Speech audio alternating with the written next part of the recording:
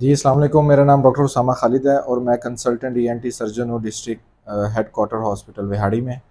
आज का हमारा टॉपिक है, क्या कान में ख़ारिश करनी चाहिए कि नहीं करनी चाहिए? क्या कान को साफ़ करना चाहिए कि नहीं करना चाहिए?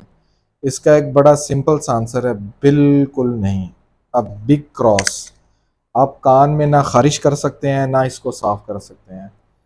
ये कान जैसे अल्लाह ताला ने हमें दिया है, ऐसे ही अल्लाह मियाँ के पास वापस लेके जाना है। इसको साफ़ करने की इजाज़त कतई नहीं है। और हमारे मज़हब, चूँकि हम अल्हम्दुलिल्लाह मुसलमान हैं, तो आप इसी चीज़ से अंदाज़ा लगा लें कि मसा की भी इजाज़त छोटी उँगली की है। आप सिर्फ़ इस हद तक साफ़ कर सकते हैं। तो अगला सवाल फिर ये है कि कान की जो मैल है, वो क्यों बनती है और उसको साफ़ करने का क्या तरीका है?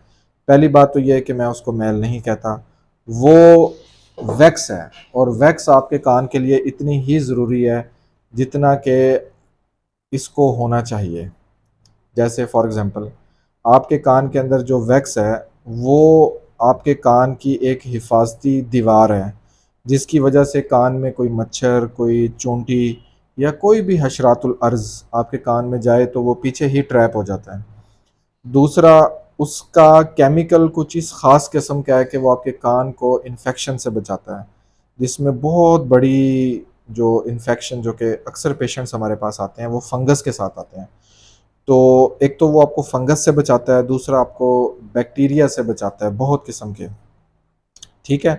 तो इसको निकालना नहीं चाहिए। जो लोग इसको निकालने के आदी हैं, वो अक्सर व बेशतर हमारे पास आते रहते हैं कान की इन्फेक्शन के साथ। दूसरा, कान में ख़ारिश। ख़ारिश सबसे पहले तो देखना चाहिए कि कान में ख़ारिश होती क्यों है?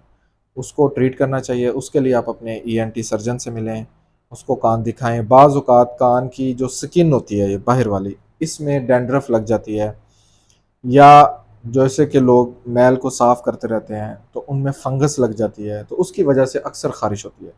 तो बजाय ये कि आप ख़ारिश कर के मज़ीद उसको डैमेज करें, आप अपने डॉक्टर से मिलें, उसका इलाज करवाएँ और कान में बिल्कुल ख़ारिश ना करें। और जो कान की मैल को कब साफ़ करना है, ये आपका डॉक्टर डिसाइड करेगा, आप नहीं डिसाइड कर सकते। आम तौर पर जो इसको साफ़ करने की वजूहात हैं, वो 2 होती हैं। एक ये कि मैल इतनी ज़्यादा हो गई है कि उसने कान को बंद कर दिया है, तो फिर हम ईएनटी सर्जन को वो साफ़ करनी पड़ती है। दूसरी, वो इतनी ज़्यादा हो गई हैं कि उसने कान में पेन शुरू कर दिया। जैसे कुछ लोग गर्मियों में स्विमिंग पूल में नहाने के लिए जाते हैं, कान में पानी जाता है, तो जो मैल होती है वो वक्ती तौर पे फूल जाती है पानी की वजह से, तो उसको फिर हमें साफ़ करना पड़ता है।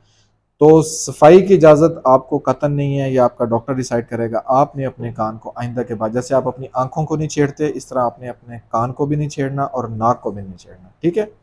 Thank you so much.